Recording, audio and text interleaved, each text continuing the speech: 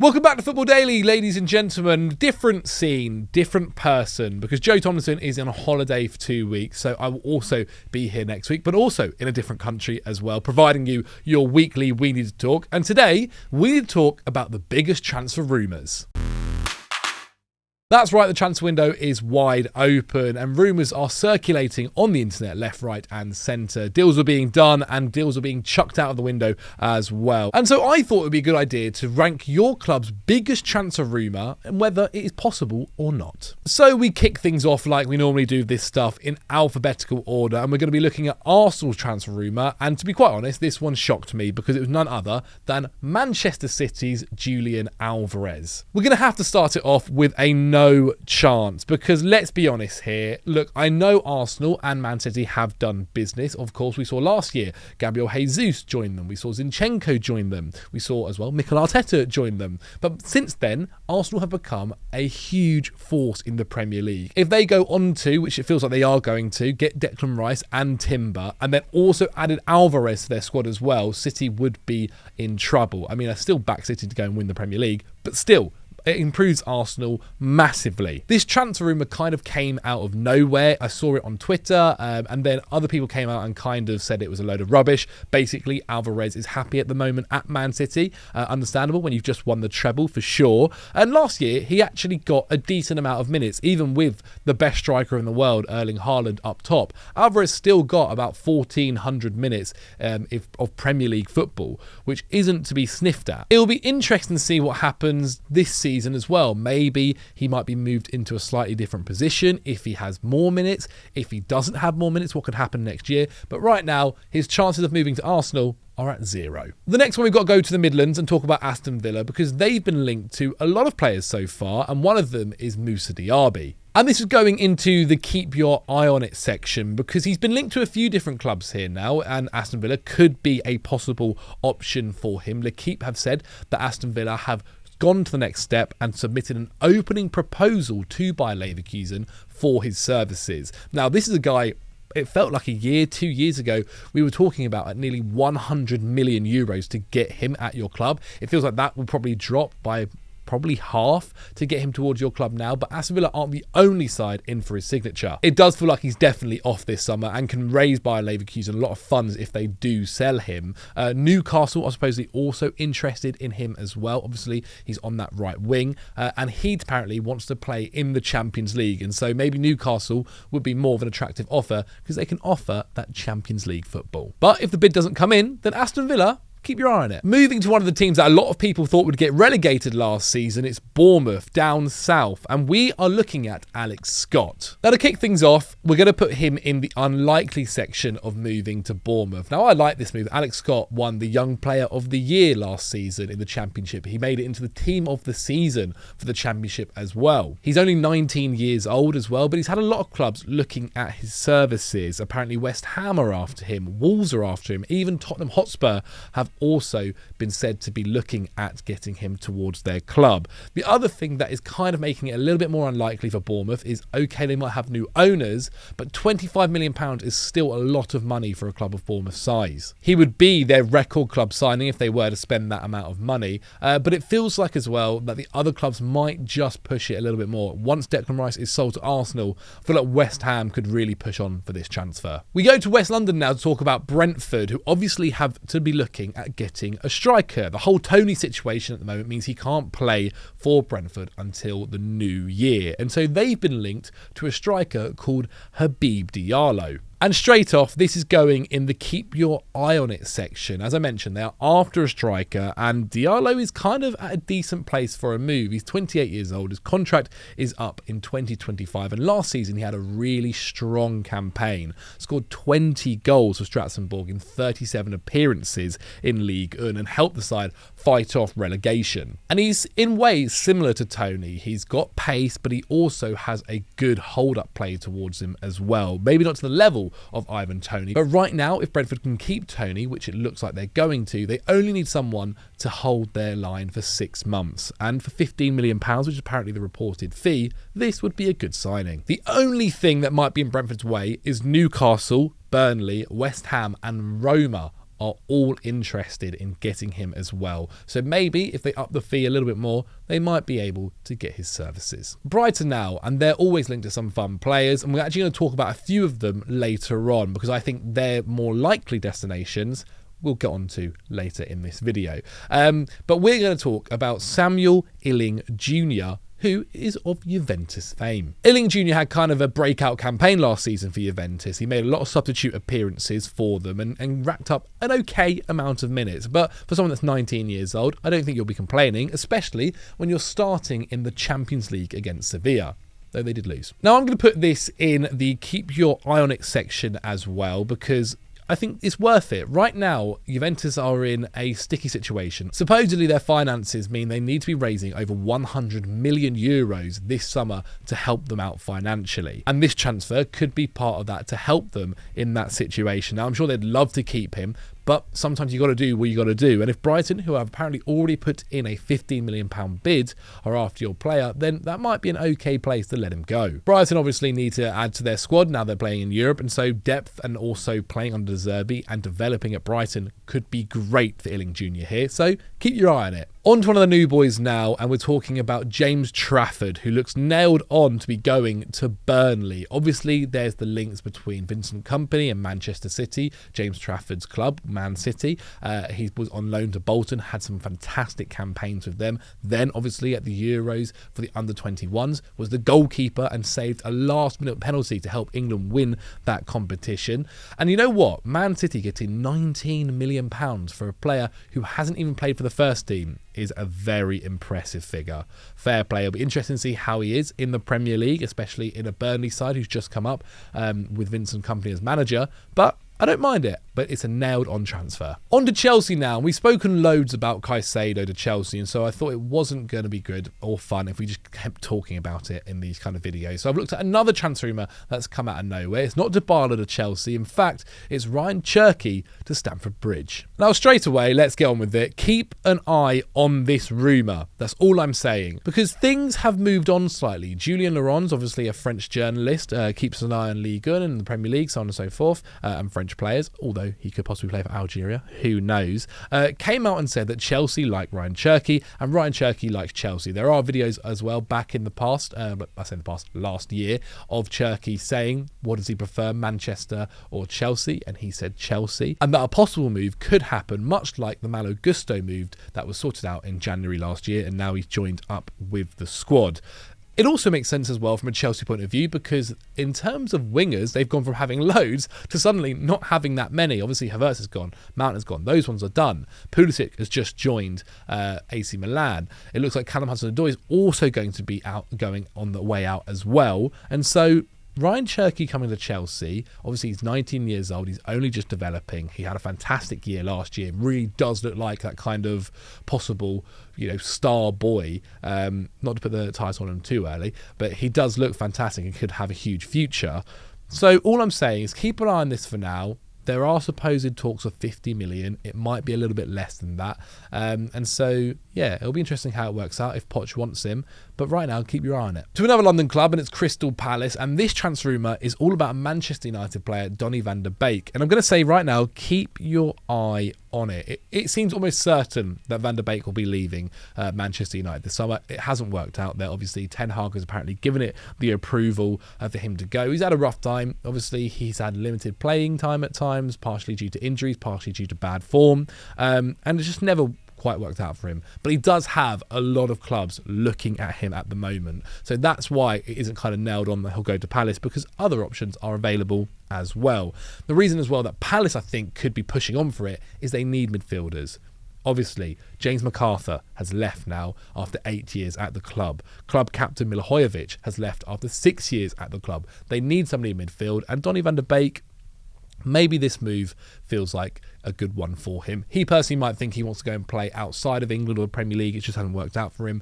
But I think right now, with the way things are going at Crystal Palace, with the way that Elise kind of improved last year, obviously I know he's got his injury now, and Eze definitely improved, playing next to Decore midfield, I think could be a nice little partnership. Everton, and wow, you know what? Fair play. It's nailed on, because it seems like it's almost done. Wilfried Gnonto to Everton just seems crazy that that's happened. I actually think he might be able to play a level above that. Obviously, Leeds got relegated, and so they are looking to sell their assets, and a player like Notto is definitely worthy of playing in the top divisions. I just thought another club might be kind of going after him. Obviously, I just mentioned Crystal Palace. Zaha looks like that deal might not be happening. Possibly could have gone there. This is fantastic. And with Andros Townsend leaving and possibly Gray also looking to leave Everton as well, they do need a winger. And so Notto is that guy. How he's going to play quite under Sean Dyche, I don't know. But he's a hell of a talent. And I think fair play to Everton for getting him. Whether he fits the system in the side, I'm not too sure. But as for a transfer, it's nailed on. On to Fulham now, back to West London, and we need to talk about Yunus Munsah because he is going in unlikely for now, but he has been linked to Fulham. The reason he's gone into unlikely is I think Fulham have bigger issues they need to sort out first. Today, at the time of recording, it's revealed that Mitrovic wants to leave, and Saudi Arabia, or a club in Saudi Arabia, are looking to try and get him as well. £30 million bid, I think is the second bid anyway, has gone in for him. Obviously, Willian has left the club as well, so I think they will be focusing on attackers right now before midfield. Harrison Reed and Paulinho worked last year, and so I think they'll be focusing more on that kind of front three, front four before looking into those two midfielders. So right now, unlikely, but maybe if they sort it out, the attack, then they might come back in for him. It's also worth mentioning as well that AC Milan were after him. Things kind of fell apart after Valencia weren't happy with the fee that was being offered, and AC Milan decided not to go above that, but you never know, they might go back in as well. Liverpool now, and I was thinking about talking about Romeo Lavia, but I didn't decide not to in the end because I thought, let's talk about Levi Colwill. Straight away, guys, no chance. Not happening. I refuse. Now, I'm also going to say as well, I'm putting these words out there to try and help the situation. Obviously, being a Chelsea fan, don't want him to leave. But there's lots of speculation about his future. Brighton were also linked to him as well. This is one of the players that I kind of hinted towards earlier. But supposedly, the player feels let down by Chelsea. The signing of Bandied in January in the same position, left-footed centre-back, very similar to the way Colwill plays. Apparently, kind of put doubts on his mind. He's fantastic. We don't need to talk about the level of Levi Colwill. He is crazy. But I do question if he moved to Liverpool, would he play more at Liverpool than he would at Chelsea? It seems that Pochettino wants to bring him into pre-season, wants to essentially show him that you have a place here. I really don't doubt that. I think if he stays at Chelsea, he'll be signing a new contract in the season and be happy with the way things are going for himself at the club. But yeah, completely understandable that other clubs are after a talent like this. He really does have a huge level and ceiling to go to. But yeah, once he's on pre-season, I think he'll be okay. So right now, no chance he's leaving. Luton now, one of the other new boys, and they've got a nailed-on signing into Heath Chong. Actually, when this video goes live, it might be done. Weirdly enough, when I literally came to this room, it was said that he was having his medical for Luton, and it's really strong. He wasn't a part of Birmingham City's pre-season squad because they were trying to sell him. £4 million in the transfer. I think United also get 1 million, at least 1 million of that deal as well. He's 23 now, so he's not that super young age, which I think maybe other people would think of him when they first hear his name. Luton fans, I think what I was seeing online, are excited. Let me know what you think in the comments below. Let me know what you think of all of these transfers in the comments below. But he's a good signing. And look, Luton don't have a lot of money. They don't have a lot of money at all. And so if he can score 5 goals for Luton, that is worth it, especially in the Premier League. We'll see what happens. And who knows, he still has potential. This could be a real kind of bargain signing for this season. Manchester City now, and I'm going to be quite quick. Gvardiol, it does feel nailed on. Like, the rumours aren't going away. I think this one will happen. Man City, I know they are known as well for times they will have a figure and step away from it, but they've not stepped away yet. They really haven't. I think it does look like it's going to be around £85 million plus add-ons for him. And this is a guy that could be one of the best in his position in the next year, let alone 2. He really is exceptional, so young, can be there for ages. With the way Pep wants to play his system, he can play left back for them. It is fantastic. And you know what? I think everyone's happy. If it does come to this 85 with add-ons figure, you know, in Man City, you can kind of say, we got the player for less than £100 million. And RB Leipzig can say, we got over €100 million for him, because obviously that's how currency works. Yeah, nailed on. It really is.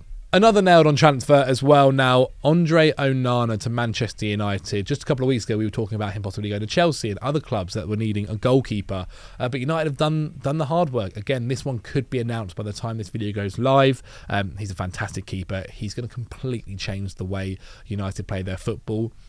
Obviously, the Alisson effect on Liverpool was incredibly big, and to reach even maybe half of that would be fantastic for United, but he is one hell of a signing. Newcastle now, and it's a hat-trick of nailed-ons because Harvey Barnes is going to Newcastle. That's the rumour. It's been spoken about now for a little while. They obviously are after somebody to improve on Alan St-Maximin. They believe Harvey Barnes is that guy. He's mainly known for playing off of the left wing, and it's a hell of a jump for him from relegation to playing in Champions League football in like 3 months. Fair play to him. He's a solid player. He's easily a Premier League player. Maybe they think they just need depth here as well. Isaac can play there. Alan St-Maximin can play there. Joe Linton's played there, and Harvey Barnes can be an out-and-out left winger as well. 13 goals, 3 assists last season. He really is, I think, perfectly a solid, perfect Premier League player. And it's a good move. £35 million, I think it's a solid move. Nottingham Forest now, and they've been linked to a guy called Pedro, and he's had an interesting career. He spent a bit of time in Serie A before returning to Brazil for Flamengo, and he's had quite a time in Brazil, that's for sure. Firstly, I'm going to put the transfer in unlikely, but this season, or the season just gone, he scored 25 goals in 33 games. The season before that, he scored 29 goals in 59 games. But he's been linked everywhere. Like, the guy has been linked to so many clubs, it's crazy. Aston Villa, Forest, obviously, West Ham, Brentford, Everton are just a few of the ones that have been mentioned. But the real reason why I think it's unlikely is Saudi Arabia are in for him. Apparently a bid of 20 million euros was rejected, but it was left with kind of like an open door saying, if you put 30 million, we may accept that. And so it feels like he might go there, and Forest might not want to spend that much, having spent so much last season on a player who it might not fully work out. They definitely do need a forward to come in to try and help Awayoni, who was fantastic last year. He really was. But maybe not this guy. The final team that got promoted last season, Sheffield United, back in the Premier League, and they've been linked to Amad Diallo. And I'm going to say keep your eye on it. Keep your eye on it. Last year was fantastic. One of Dougie Critchley's favourite players. He scored some fantastic goals at Sunderland. He really did. He impressed whilst on loan their last campaign. But Sheffield United are rivalling some clubs to try and get him on loan this year. Apparently Sunderland have come back in for him and he had a fantastic time there. Leeds United, Burnley and Southampton are also looking to try and get him as well. Now, it does feel like the next stage of his career, or the next loan move at least, should probably be a Premier League move. So that does kind of leave it to just out of those names anyway, Burnley and Sheffield United. And even the sporting director of Sunderland said that whilst it's been amazing having him here, he does feel like he's probably ready now for a top division to play in. So I think it could be quite likely. Keep your eye on it between one of those two clubs, and basically I guess the decision will just come down to Ten Hag and United and what they think might be the best fit for him. To North London now, and Tottenham had a link that came out of the blue this week. It really did. They've been linked to Chelsea's Conor Gallagher, and it's going in no chance.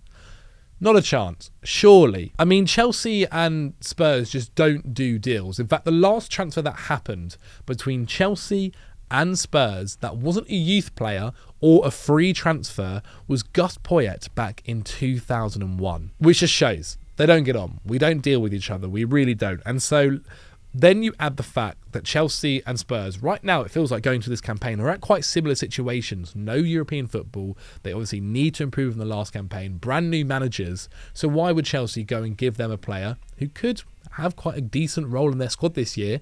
Obviously, we don't know yet. We'll see what happens in pre-season to try and better them. It could bite them back, kind of like how it didn't happen in the end, but similar in ways where Man City obviously gave 2 players to Arsenal, and that nearly bit them as well. So I don't think it's going to happen. What we might see is Gallagher move to maybe a Brighton with the Caicedo deal. We've seen that Brighton are interested in him as well, but it's just not going to happen to Spurs. Another player who was on loan last year and maybe looking for another move is Zakaria. Obviously, he was at Chelsea last year.